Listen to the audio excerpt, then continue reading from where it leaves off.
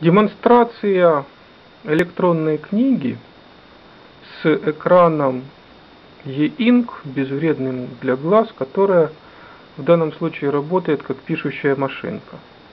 Это электронная книга Barnes & Noble Nook Simple Touch.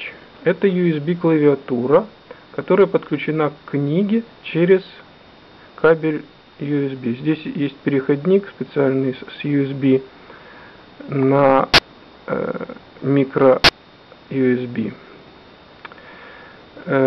Как это сделать, смотрите в подписи к этому видео.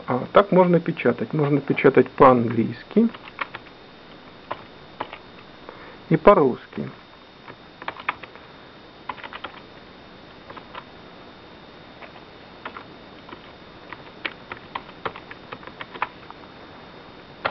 Сейчас я переключу раскладку клавишей Alt-Shift.